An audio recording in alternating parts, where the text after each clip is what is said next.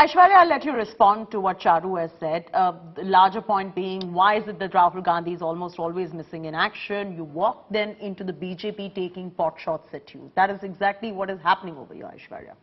You know, Chaiti, after the very impassioned diatribe from Charu, I think the same questions when you look at Mr. Narendra Modi's attendance in Parliament with the sort of work that's being done in Varanasi. We understand what was happening to the Ganga during COVID, and you've also seen in the index of cleanliness index, or the cleanest cities, and also the areas, you've seen where Mr. Narendra Modi's constituency itself lasts, and the fact that the Parliament didn't give MP-led funds, and I wasn't just talking about Wayanad, I've been talking about the years that he's been a parliamentarian, wherever it was. And thank you for picking out and pointing out that the government and the BJP have literally shackled the MPs of the country by not giving them MP-led funds. And let me be very open. But here, Aiyshwarya, the debate is not on Narendra Modi. That is a separate debate, and we will conduct that as well, because we're very fair about this. But here the questions are being asked about Rahul Gandhi missing in action, and how do you respond to that outside of whataboutery?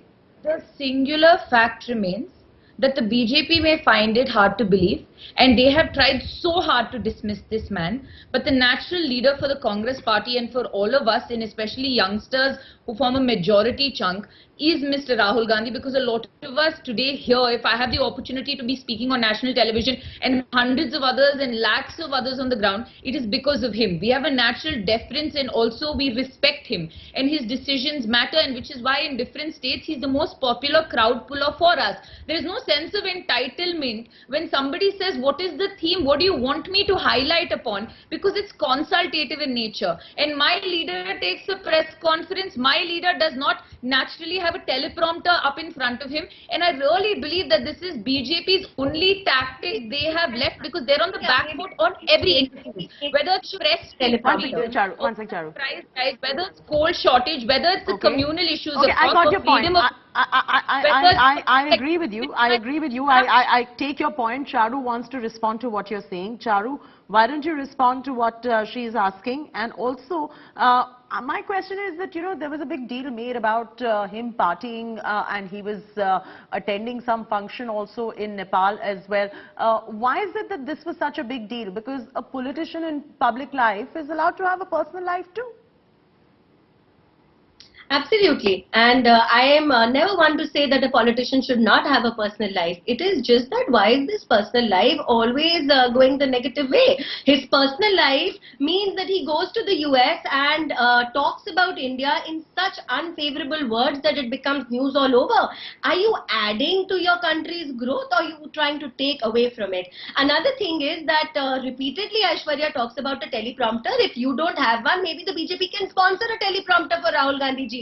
Because the kind of statements he ends up making, he will definitely benefit from one. And you cannot please say that you support the faux pas and the missed words and the statements that he makes, the numbers changing. So you have to be a bit more logical, please. India is a progressive nation. There are lakhs and crores of youngsters who are listening to any political leader, and they listen to everything with a lot of care and concern. You cannot be actually applauding a leader who is misspeaking every time he speaks to people.